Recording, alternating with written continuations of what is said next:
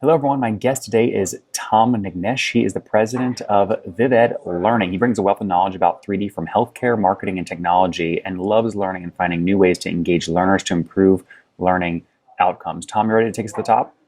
Yes. All right. Thanks, Nathan. Really appreciate you having me on. You bet. So, if folks want to follow along, it's vivedlearning.com. What's the company do? We help education publishing companies create engaging 3D interactive content to improve student engagement. And Okay. as you can imagine, keeping kids interested right now, especially with online learning, is really difficult. And so that's an area that we can really help improve for education publishers, curriculum providers, etc. And who are you selling to? The teacher directly or the school system? Actually, we're entirely B2B. So we market our solutions to, again, education publishers or 3D interactive providers. And then they market our solutions to schools, universities, etc. Who pulls out the credit card, though, and pays you? Superintendents at K-12 school environments or, president or provost at a university. And how much on average are these superintendents paying you per month?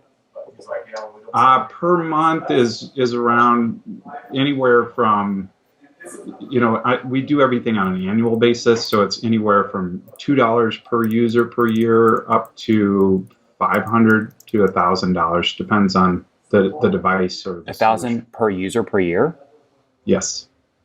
So if someone has 100 students and they pay 1,000 for each student for a year, for Yeah, all, so some of our device specific solutions, and on it basically you could have 100 students run through a single device, and so that's why. oh, got So it. it's more So seat based. who is a user? When you say $2 per user per year, what do you mean by user? I thought it was a student.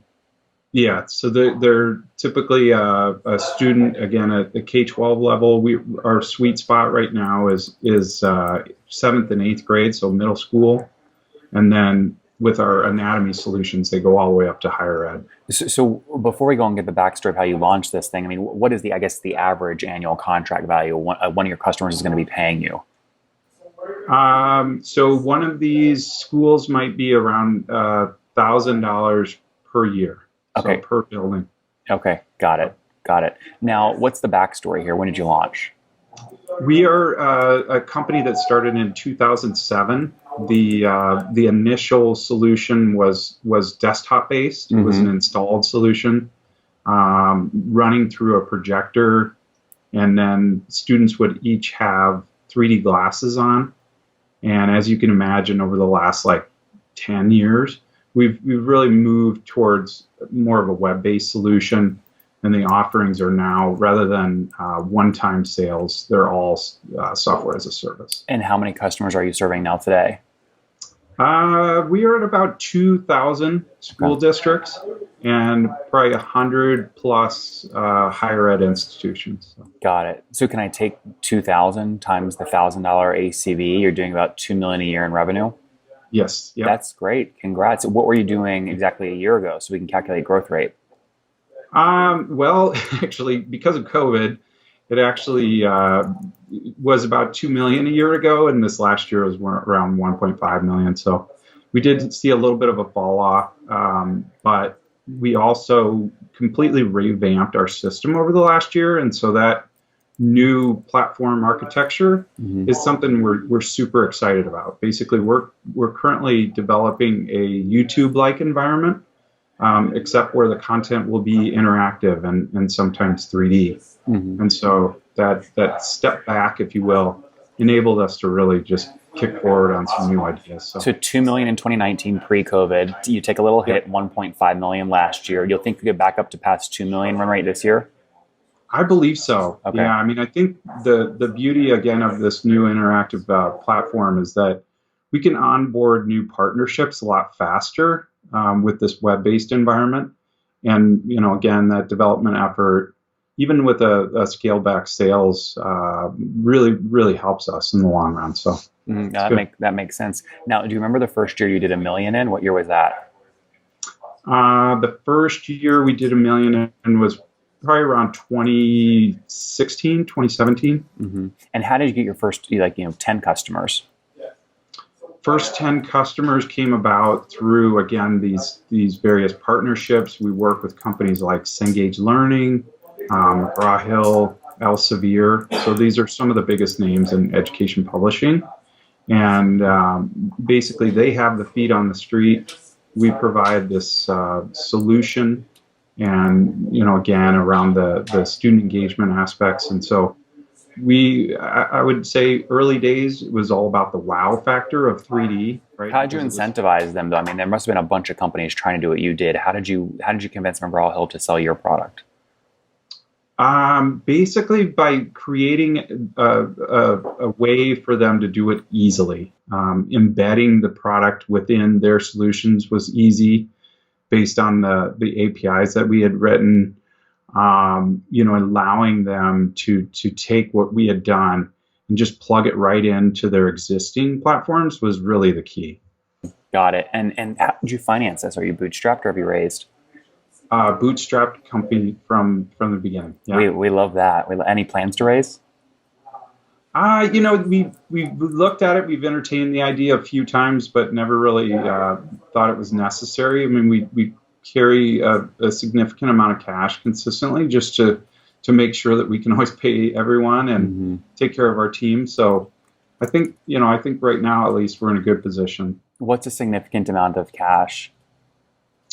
Any given day, we're 500K plus, on hand. So that's always the goal. And why do you run the business that way? I love it, but VC backed folks be like, why do you sit on that much cash? Did you have some horror story in the past that makes you a bit more conservative on the cash side, or no? No, not really. But again, we always want to be ahead of the curve and really have foresight on, if we come up with this new idea that's going to be expensive, and we start to see traction, we want to be able to spend money, right? And we don't want to have to go out and raise in order to do it. So, what would you value the business at today? I know you're not looking to sell, but what would you value it at? I would say we're easily a $7 to $10 million business right now. But it depends on the valuation, depends on the brand any given day. So things like that. And what's your team size today? How many folks? Seven people. 7 people. How many engineers? We have 4 engineers. Okay. And at this price point, do you have quota carrying sales reps or no? No.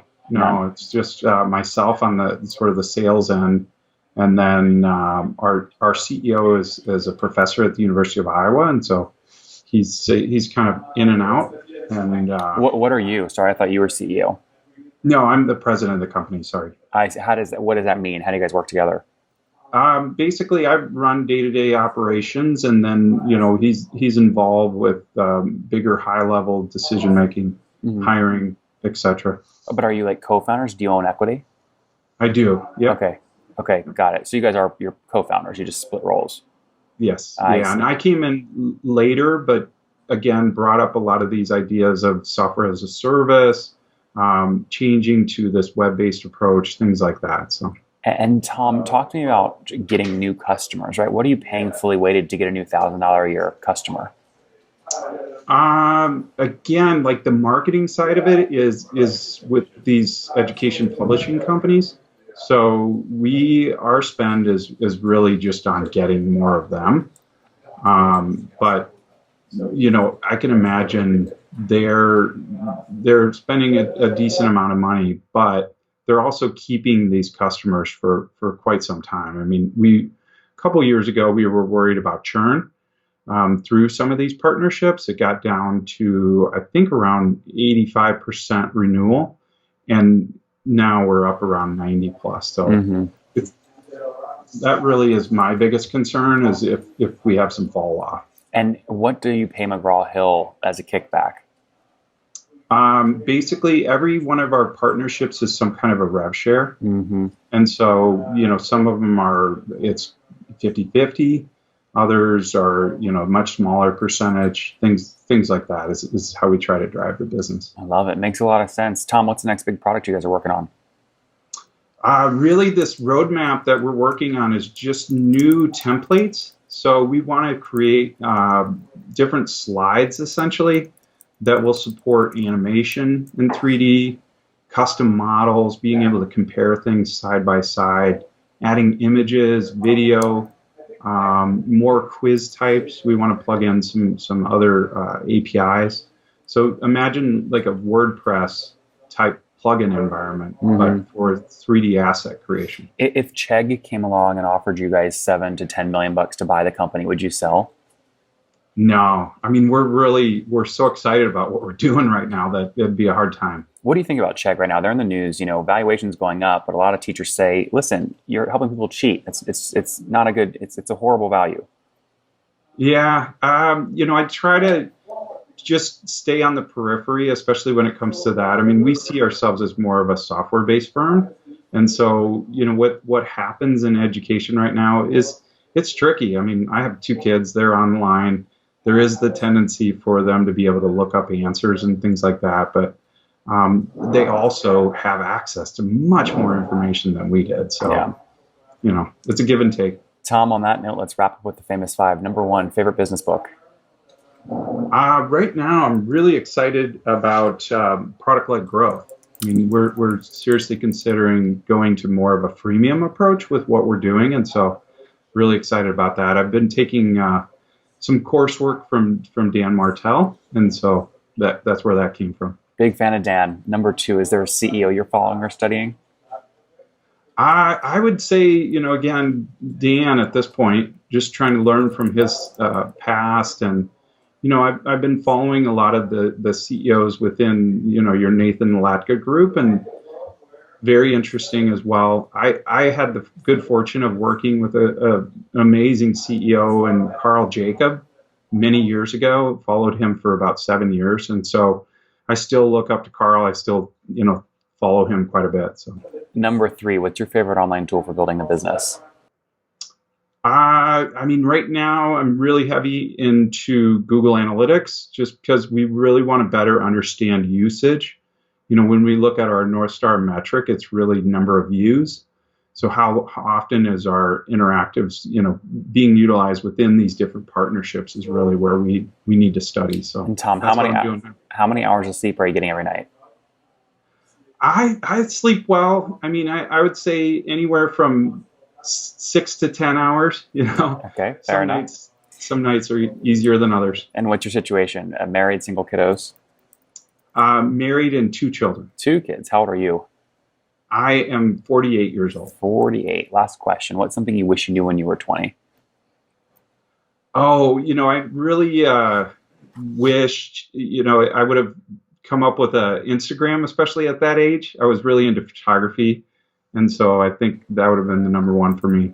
Guys, vivedlearning.com launched in 2007, had their first $1 million year in 2016, took a hit in 2020 with COVID, dropped to $1.5 million run rate, but hoping to break back up past $2 million this year. They're working with over 1,000 school systems. 2,000, many thousands of school systems, 2,000, that each pay about $1,000 a year to access their technology, mainly superintendents or provosts purchasing the software.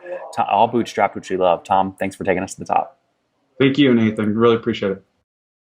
One more thing before you go. We have a brand new show every Thursday at 1 p.m. Central. It's called Shark Tank for SaaS. We call it Deal or Bust. One founder comes on, 3 hungry buyers, they try and do a deal live, and the founder shares back-end dashboards, their expenses, their revenue, ARPU, CAC, LTV, you name it, they share it. And the buyers try and make a deal live. It is fun to watch every Thursday, 1 p.m. Central. Additionally, remember, these recorded founder interviews go live. We release them here on YouTube every day at 2 p.m. Central. To make sure you don't miss any of that, make sure you click the subscribe button below here on YouTube, the big red button, and then click the little bell notification to make sure you get notifications when we do go live. I wouldn't want you to miss breaking news in the SaaS world, whether it's an acquisition, a big fundraise, a big sale, a big profitability statement, or something else. I don't want you to miss it. Additionally, if you want to take this conversation deeper and further, we have by far the largest private Slack community for B2B SaaS founders. You want to get in there. We've probably talked about your tool if you're running a company or your firm if you're investing. You can go in there and quickly search and see what people are saying.